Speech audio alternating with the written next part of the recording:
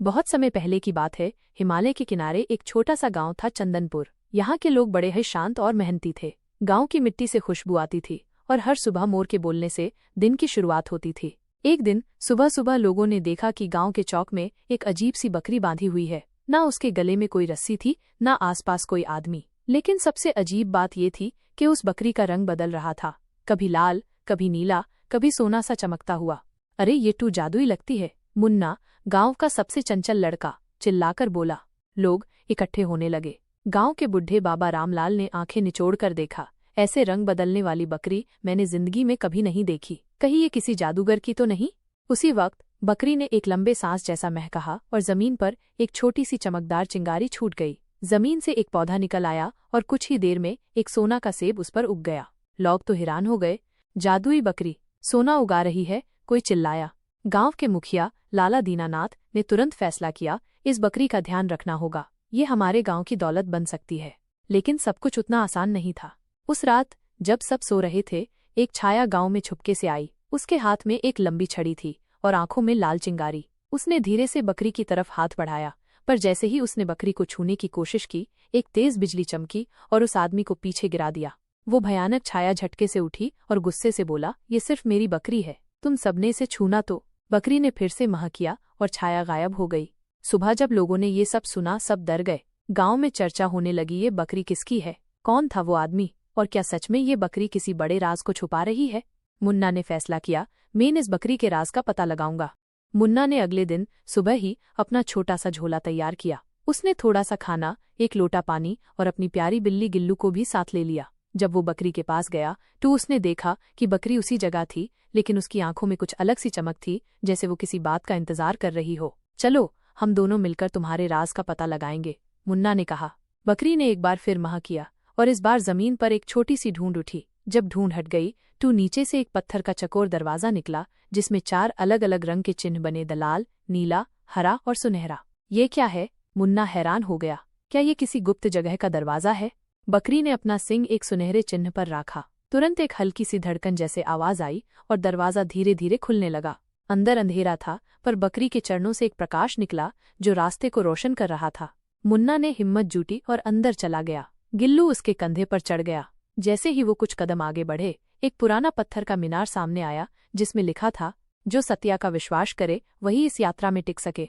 उसी वक्त एक भयानक आवाज गूंजी, तुम इस रास्ते पर आगे नहीं बढ़ सकते जब तक तुम सच बोलने का कसम नहीं खाते।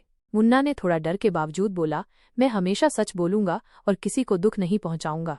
बकरी ने फिर से मेह किया और एक प्रकाश का गोला मुन्ना के सीने में घुस गया। ये फ्लैट, उसकी आंखों में भी वही चमक थी जो बकरी के पास थी। उसका मतलब था मुन्ना भी अब जादू के रास्ते में शामिल हो गया था। अगला कमरा एक पहेली से भरा हुआ था। दीवार पर लिखा था, मैं बिना पैरों के चलती हूँ, बिना पंख के उड़ती हूँ, बिना मुंह के बात करती हूँ, बताओ मैं कौन हूँ? मुन्ना सोच में पड़ गया। बकरी ने उसकी तरफ देखा, जैसे कह रही हो, तुम कर सकते हो। थोड़ी देर बाद मुन्ना चिल्लाया, हवा, ये पहेली का जवाब हवा है, और दरवाजा खुल गया। जब वो आगे बढ़े तो सामने एक रंगीन झरना था, जिसमें रंग बदलते पानी थे, जैसे सपनों की दुनिया हो। उसके पार एक सुंदर महल था, जहाँ लिखा था, जादुई बकरी की असली कहानी यहाँ छुपी है। मुन्ना की आंखों में उत्सुकता थी। अब फ्लैट कहानी और भी गहरी हो रही थी, लेकिन महल के सामने एक भूतिया रक्षक था जो सिर्फ एक शर्त पर रास्ते से हटने को तैयार था। अपना सबसे प्यारा या किसी अपने का एक राज मुझे बताओ, वरना तुम कभी आगे नहीं बढ़ सकोगे। मुन्ना ने एक गहरी सांस ली। ए फ्लैट, वो क्या बताएगा? कौन सा राज है जो वो छुपा रहा है? मुन्ना कुछ देर चुप रहा। भूतिया रक्षक उसके सामने था, आंखों में लाल शोले, जैसे हर पाल गुस्सा और इंतजार दोनों उसके चेहरे पर लिखे हो। फिर मुन्ना ने धीरे से कहा, मैं तुम्हें एक राज बताता हूँ।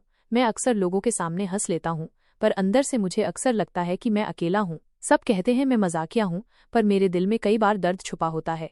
रक्षक कुछ देर उससे देखता रहा, फिर उसकी आंखों का रंग नरम पड़ गया। उसने जमीन की तरफ देखा, फिर अपना हाथ उठाकर बोला, सच्चाई का विश्वास जिसने किया वो ही असली शक्तिशाली है। तुमने कसम निभाई, रास्ता अब तुम्हारा है। रक्षक हवा में घुल गया। मुन्ना और बकरी महल के अंदर गए। महल चमक रहा था, लेकिन अंदर सिर्फ एक कमरा था, बीच में एक बड़ी सी किताब। यूएस पर लिखा था, बकरी की कहानी। मुन्ना ने किताब खोली। उसमें लिखा था, ये बकरी असल में एक श्रापित परी है, जिसे एक बुरे जादूगर ने बकरी बना दिया था। उसने कहा था कि जब तक कोई पवित्र मानस बिना स्वार्थ के इस बकरी का साथ देगा और सच्चाई के सारे इम्तिहान पास करेगा, तब तक वो अपने असली रूप में नहीं आ पाएगी। मुन्ना हैरान रह गया। उसने बकरी की तरफ देखा। बकरी ने मुस्कुराते हुए महा कहा। एक चमक उठी और बकरी धीरे धीरे बदलने लगी। उसके सिंग घुल गए, रंग बदला और उसकी जगह एक रोशनी से भरी परी खड़ी थी। सफेद पोशाक, बालों में चमकते मोती और आंखों में आंसू। मैं परी चंद्रिका हूँ। तुमने मुझे आजाद किया मुन्ना। तुम्हारा दिल सबसे साफ था। तुमने स्वार्थ के बिना मेरा साथ दिया। तुम सच में एक वीर हो। मुन्ना की आंखों में चमक थी। उसके पहलू में गिल्लू खुशी से नच रहा था। परी ने अपनी छड़ी उठाई और बोला, मैं तुम्हें एक वरदान देती हूँ। तुम्हारा हर सपना पूरा होगा, लेकिन तुम्हारा दिल हमेशा साफ रहे। फिर उसने हाथ उठाया और एक और चमक उठी। मुन्ना वापस गांव के बीच चौक में था, लेकिन इस बार सारा गांव चमक रहा था। खेतों में सोना उग रहा था और लोग खुशी से नाच रहे थे। लोगों ने पूछा, बकरी कहाँ गई मुन्ना? मुन्ना ने मुस्कुराकर कहा, वो अब आजाद है। उसका काम यहाँ पूरा हो गया। ये फ्लैट हम सबका काम है कि हम सच्चाई और दया से जिएं। कहानी खत्म, पर सीख जिंदा है। जादू सिर्फ चमक में नहीं होता, जादू होता है एक साफ दिल में। और कभी कभी एक बकरी भी दुनिया बदल सकती है, अगर उसके साथ